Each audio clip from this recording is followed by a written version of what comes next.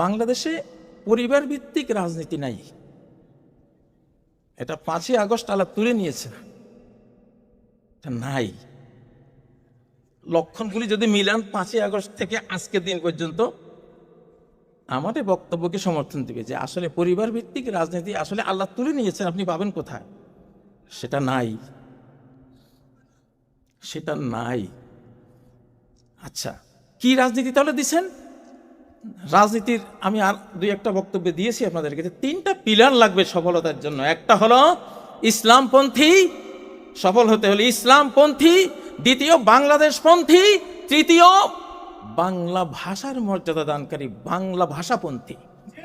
সেই 41 থেকে 2024 পর্যন্ত এই দাঁড়িপাল্লাকে অপেক্ষায় থাকতে হয়েছে। এখন সে সময় পেয়েছে ন্যায়ের তুলা দণ্ডে প্রত্যেকটা অপরাধকে মেপে অপরাধীকে শাস্তি দেবে ইনশাল্লাহ। শুরু হয়েছে সেটা, ইনশাল্লাহ শুরু হয়েছে কিনা। এবারের বাংলাদেশ দাঁড়িপাল্লার বাংলাদেশ। অনেকেই বক্তৃতা করেন যে জামাত ক্ষমতায় আসবে। নো, জামাত ক্ষমতায় আছে। আপনারা যদি বলেন কসম করেন, আমি কসম করতে পারব। আমি কোরআনে কিছু জিনিস দেখি, হাদিসে দেখি। একটা হলো শতাব্দীর পরিবর্তন হয়েছে। বিগত শতাব্দীতে আমরা খুব দুর্ভাগা ছিলাম, যেখানে হাত দিয়েছি, মার খেয়েছি, গুম হয়েছি, ফাঁসিতে ঝুলেছি, কারাগারে গিয়েছি, দেশান্তরিত হয়েছি। সেই দুর্ভাগ্যের শতাব্দী এখন সৌভাগ্যে রূপান্তরিত হয়ে আমাদের হাতে এসেছে, আলহামদুলিল্লাহ। আর তখন যাদের সৌভাগ্য ছিল তাদের এখন শুরু হয়েছে 2024-এর 5ই আগস্টে চরম দুর্ভাগ্যের শতাব্দী। ফি ইয়াউমিন নাহসি মুস্তামির, এক অব্যাহত অমঙ্গলের সময় তাদের শুরু হয়েছে। যেখানে হাত দিবে মার খাবে, যেখানে যাবে পরাস্ত হবে, যেখানে বুকে আশা বাঁধবে সেখানেই নিরাশ হতাশ হবে ইনশাআল্লাহ। আমি আরো দেখতে পাচ্ছি ক্ষমতা গোপালগঞ্জ থেকে হিজরত করে নদীর কুল বেয়ে বেয়ে লক্ষ্মীপুরে এসেছে। এবারের বাংলাদেশ লক্ষ্মীপুরের বাংলাদেশ। আবার বলেন, এবারের বাংলাদেশ, এবারের বাংলাদেশ। একবার গোপালগঞ্জের মানুষ এবারের সংগ্রাম, স্বাধীনতার সংগ্রাম ঘোষণা দিয়েছিল, কিন্তু 24-এর আগে 27 সেপ্টেম্বর 2021 যখন রয়ের ঘেরাওতে পড়েছিলাম, তখন লক্ষ্মীপুরের সন্তানের মুখ দিয়ে এসেছিল স্বাধীন বাংলাদেশ জিন্দাবাদ। এটা কার পাওনা? লক্ষ্মীপুরের পাওনা, ঠিক না? আমার একটা ইতিহাস আছে, আমি 36 দিনের হাফেজ। আমার এই হাফিজি 36-এর সাথে জুলাই 36-এর সম্পর্ক আছে। তাহলে জুলাই 36 আর যেই ছেলেটা এইভাবে হাত প্রসারিত করে জীবন দিয়েছে, আবু সাইদ, সারা বিশ্বকে কাঁপিয়ে দিয়েছে, এটা আমার নাতি ছাত্র, আমার ছাত্রের ছাত্র, আমার ছাত্র আব্দুর রহিম, যে মাদ্রাসার প্রিন্সিপাল, ভাইস প্রিন্সিপাল 2 টার্মে দায়িত্ব পালন করছে, সেখানকার ছাত্র, আমার মক্তবের ছাত্র এই আবু সাইদ। তাহলে এবারের ক্ষমতার একটা বিশাল অংশ কোথায় আছে? আবু সাইদের আত্মদানের চেতনা লক্ষ্মীপুরের মানুষের তৈরি, ইনশাআল্লাহ এটা বলতে পারি। তাহলে লক্ষ্মীপুরবাসীর একটা বিজয়ের মস্ত বড় সুসংবাদ আমি দিতেই পারি। আর আরেকটা জিনিস দেখি, হাইকোর্টে যে দাড়িপাল্লার একটা ছবি আমি প্রায় সময় দেখতাম আর ভাবতাম, কবে তোমার বিজয় আসবে? তুমি তোমার বিজয়ের শতাব্দীটা কখন পাবে? আসলে যে কোনো আদর্শের বিজয়ের জন্য আদর্শের শতাব্দীটা আসতে হয়, না হলে সেটা বিজয়ী হয় না। সেই 41 থেকে 2024 পর্যন্ত এই দাঁড়িপাল্লাকে অপেক্ষায় থাকতে হয়েছে।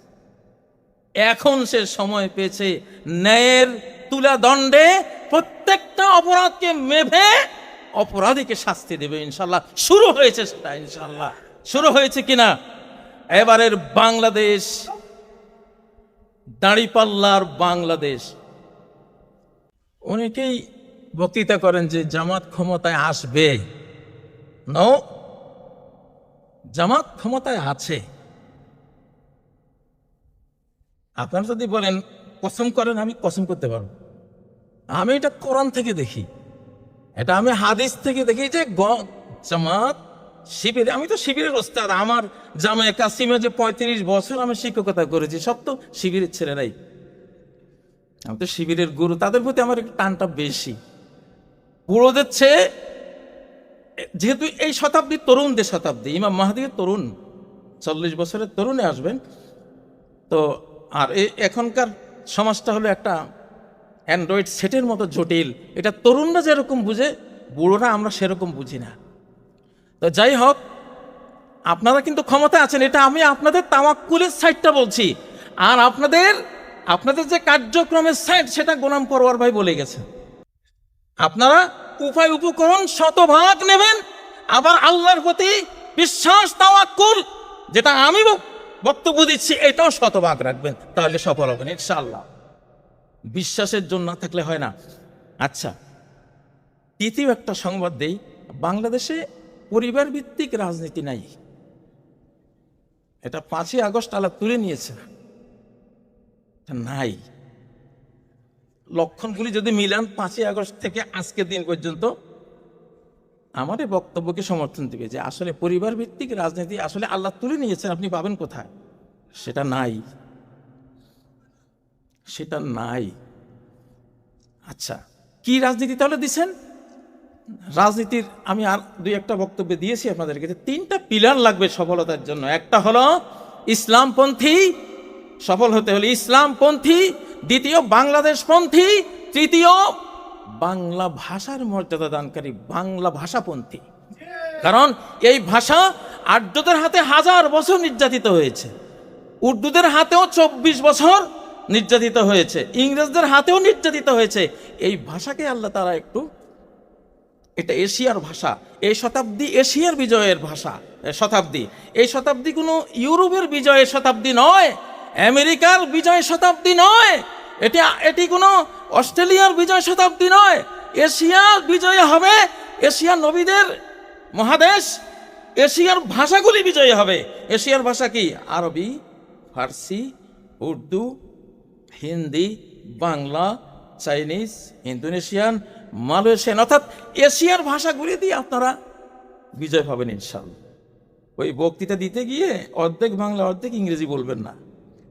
আপনার এত ইংরেজি এই দেশের রিক্সাওয়ালা, ঠেলা গাড়িওয়ালা, কুলি মজুর কি বুঝে? মায়ের ভাষাতেই ইসলামের বিজয়গুলি হয়েছে সবখানে। অতএব ইসলামপন্থী, বাংলাদেশপন্থী, বাংলা ভাষাপন্থী হলে ইনশাআল্লাহ বিজয়টা খুব ধরা দিবে আপনাদের হাতে। আর আরেকটা তথ্য দেই, নির্বাচনের প্রস্তুতির সাথে যুদ্ধেরও প্রস্তুতি লাগবে। আপনারা মনে করেন না আপনারা আগের তুলনায় 24-এর আগে যে শত্রু বেষ্টিত ছিলেন এখন তার থেকে কম না? 24-এর আগে আমাদের যে শত্রু 53 বছর আমাদেরকে জ্বালিয়েছে, পুড়িয়েছে, মেরেছে, খুন করেছে, গুম করেছে, শক্তির দৌড়ে তারা এখন 2 নম্বর। 2 নম্বর মানে এই না যে তাদের শত্রুতা কমেছে, শত্রুতা আগের মতোই আছে বা আগের চেয়ে বেশি, বাট তাদের চেয়ে অনেক বেশি পাওয়ারফুল, ইন্টারন্যাশনাল বহু পাওয়ার শকুনের দৃষ্টি দিয়েছে বাংলার উপরে। তাদের তুলনায় এরা 2 নম্বর। অতএব বুঝতে পারছেন, আপনাদেরকে নির্বাচনের প্রস্তুতি যেমন রাখতে হবে, তার পাশাপাশি যুদ্ধেরও প্রস্তুতি রাখতে হবে। এই জন্য নির্বাচনী অভিযানে গিয়ে প্রত্যেক ভোটারের বাড়িতে ডেলি যাবেন অন্তত কমপক্ষে 20 কিলোমিটার যাতে পড়ে, তাহলে যুদ্ধের ট্রেনিংও হয়ে গেল, ঠিক নয় কি?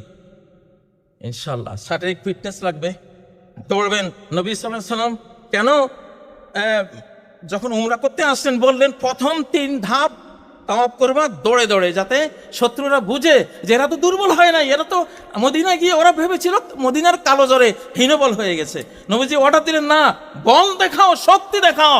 আমরা নির্বাচনী কর্মকাণ্ডে এমনভাবে হাঁটবো, হযরত ওমর যেমন দুর্বল হাঁটার লোক দেখলে পিছন থেকে সপাং করে একটা বেত মারতেন, তুই তো ইসলামকে মেরে ফেলবি, এভাবে হাঁটিস কেন? তা আপনাদের হাঁটা কিন্তু বিজয়ীর হাঁটা হইতে হবে ইনশাল্লাহ। সুন্নতি হাঁটা কি জানেন?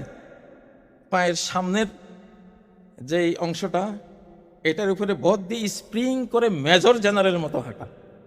এই হাঁটাটা আমি সারা জীবন হাঁটছি। তো আপনারা এটা হাঁটবেন ইনশাল্লাহ। এটা আপনাদের যুদ্ধের একটা প্রস্তুতি হলো, আর আপনাদের কাজের মধ্যে বরকত হবে ইনশাআল্লাহ।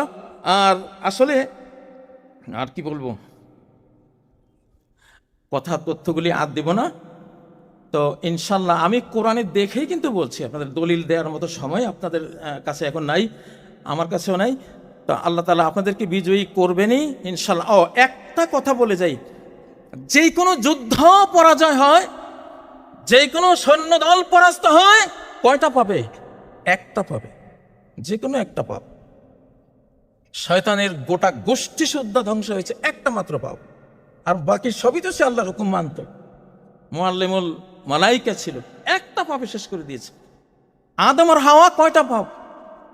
একটা পাপেই সেই 7 আসমানের উপর থেকে এখানে জমিনে একটা পাপ। ইউনূস আলাইহিস সালাম তিমির পাটে গিয়েছেন, কয়টা পাপ? একটা পাপ। উহুদের ময়দানের পরাজয়, কয়টা পাপ? একটা কমান্ড লঙ্ঘন করা। হুনাইনের যুদ্ধেও আংশিক পরাজয়, কয়টা পাপ? যে আজকে আমরা অনেক সংখ্যা আজকে পরাস্ত হবে না, অহংকার, একটা পাপ। তালুতের যেই 1 লক্ষ বাহিনীর মধ্যে মাত্র 313 জন টিকে ছিল, 99,687 জন বাদ। তার ট্রেন্ড ইমানদার সৈনিক তালুত বাহিনী, যেটা সূরা বাকারাতে তালুতের নামে যে ঘটনাটা আছে, সেখানে 1 লক্ষ বাহিনীর মধ্যে 99,687 জন বাদ। কয়টা পাপ? একটা। কি পাপ? যে বলছে 1 আজলা পানির বেশি খাইও না, 1 কোষ পানির বেশি খেও না। আগের পাপ তোমার ধরা হবে না, ওটা মাপ। তোমরা হয়তো তওবা করেছো, ইস্তেগফার করেছো, নাই। কিন্তু এখন সামনে একটা পরীক্ষা আছে, এখানে যদি 1 কোষের বেশি পান করো, বাদ পড়ে যাবা। 99,687 জন বাদ পড়েছে ভাই। এই জন্য একটা পাপ করা যাবে না। আপনারা জামাতে ইসলামী আমাকে 313 জন এমন দেন যে জীবনে যে তওবা ইস্তেগফার এমন ভাবে করে রানিং, তার একটা পাপও থাকে না। সেটা আল্লাহর হকেও না, বান্দার হকেও না, মায়ের হকেও না, স্ত্রীর হকেও না, প্রতিবেশীর হকেও না। কোথাও একটা পাপের কারণে যদি হুনাইনের যুদ্ধে নবীজির সাথে যদি পরাস্ত হওয়ার মতো অবস্থা তৈরি হয়, উহুদের যদি সেটা হয়, তাহলে আমি আর আপনি কোথায় আছি? এই জন্য ইনশাল্লাহ আমরা পারবো না। জীবনে অন্তত আল্লাহ তুমি সাথে থেকো, একটা পাপ যাতে আমার না থাকে, এমনভাবে তওবা করবে, ইস্তেগফার করবে, একটা পাপ আমি রাখবো না।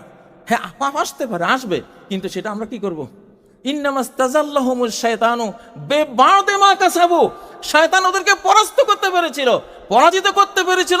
একটা বাদের ইতলাক, বাদ শব্দের ব্যবহারটা একের উপরে হয়, একটা অন্যায়। তো যাই হোক, আমি কথা এখানে শেষ করলাম। তবে সামনের দিনগুলি আপনাদের বিজয়েরও কিন্তু পরীক্ষারও। আল্লাহ তাআলা একটা পাপ যাতে জীবনে না থাকে, 1 পাপ তত্ত্ব, এটা ফলো করেন ইনশাআল্লাহ। আল্লাহ তৌফিক দিন। আসসালামু আলাইকুম ওয়া রাহমাতুল্লাহি ওয়া বারাকাতুহু।